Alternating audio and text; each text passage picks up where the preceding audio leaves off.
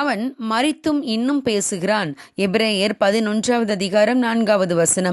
பல ஆண்டுகளுக்கு முன்பு கம்யூனிச தேசமாகிய சீனாவில் அந்த அரசாங்கம் ஒரு நாத்திகவாதியை நியமித்து சீனாவில் மிஷனரியாக ஊழியம் செய்த ஹட்சன் டெய்லரை பற்றி அவதூறான செய்திகளை ஒரு புத்தகமாக எழுத அவரை பணித்தது.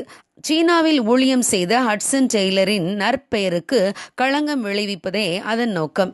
அந்த நாத்திக எழுத்தாளர் ஹட்சன் டெய்லரின் வாழ்க்கை குறிப்புகளை ஆராய ஆரம்பித்தார். அவர் ஹட்சன் டெய்லரின் வாழ்க்கை வரலாற்றை ஆராய்ந்தபோது அவர் ஒரு நீதியுள்ள வாழ்க்கை வாழ்ந்தவர் என்று அறிந்து பெரிதும் ஈர்க்கப்பட்டார். மேலும் ஒரு உண்மையான மனசாட்சியோடு தனக்கு கொடுக்கப்பட்ட பணியை செய்து முடிக்க முடியாது என்ற முடிவுக்கு அவர் வந்துவிட்டார். அரசாங்கம் தனக்கு கொடுத்த பணியை செய்து முடிக்காவிட்டால் தன் உயிருக்கு ஆபத்து என்று அறிந்திருந்தும் தன் பேனாவை கீழே வைத்தார். தான் நம்பிக்கொண்டிருந்த நாத்திகத்தை முற்றும் கைவிட்டார். ஹட்சன் டெய்லரின் நீதியுள்ள வாழ்க்கையில் பெரிதும் ஈர்க்கப்பட்ட அந்த நாத்திக எழுத்தாளர் இயேசு கிறிஸ்துவை சொந்த இரட்சகராக ஏற்றுக்கொண்டார். ஆம் பிரியமானவர்களே, நமக்கு தெரிந்திருக்கிறதோ இல்லையோ, நம்மை அறியாமலேயே ஒரு தாக்கத்தை நாம் இவ்வுலகத்திலே விட்டு செல்கிறோம். அது நல்ல வாழ்க்கையாய் இருந்தால் நாம் ஏற்படுத்தும் தாக்கம் நல்லதாக இருக்கும். அநேகருடைய வாழ்க்கையில் ஒரு மாற்றத்தை ஏற்படுத்தும். ஹட்சன் டெய்லர் மரித்த பிறகும் அவருடைய வாழ்க்கையினால் அநேகர் ஈர்க்கப்பட்டு ரட்சிக்கப்பட்டனர்.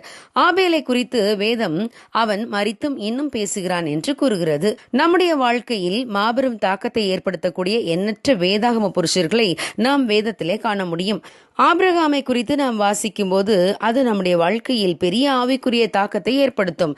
தேவன் இல்லாதவைகளை இருக்கிறவைகளைப் போல அழைக்கிறவர் என்று ஆபிரகாம் அறிந்திருந்தார். அவர் தேவனை விசுவாசித்தார். எனவே தேவன் அவருக்கு 100 வயதிலே ஈசாக்கை கொடுத்தார். மேலும் ஆபிரகாம் எப்பேற்பட்ட சூழ்நிலையிலும் தேவனுக்கு கீழ்ப்படிவதை தெரிந்து கொண்டார். ஆபிரகாமின் வாழ்க்கையை நாம் வாசிக்கும் போது நாமும் தேவனை விசுவாசிக்க வேண்டும், தேவனுக்கு கீழ்ப்படிய வேண்டும் என்ற ஆசையை அது நம்மிலே ஏற்படுத்துகிறது. இயேசு கிறிஸ்து இந்த உலகத்திலே வாழ்ந்த வாழ்க்கையை மத்தேயு, மார்க்கு, லூக்கா, யோவான் சுவிசேஷத்திலே நாம் வாசிக்க முடியும். அதை வாசிக்கின்ற கோடிக்கணக்கான மக்களின் வாழ்க்கையில் அது மாபெரும் தாக்கத்தை இன்றும் ஏற்படுத்தி கொண்டிருக்கிறது. அவர் இவ்வுலகத்தில் சுமார் 2000 ஆண்டுகளுக்கு முன்பு வாழ்ந்திருந்தாலும் இன்றும் அவருடைய வாழ்க்கையை வாசிக்கிறவர்கள் ரட்சிக்கப்படுகிறார்கள், ஈர்க்கப்படுகிறார்கள்.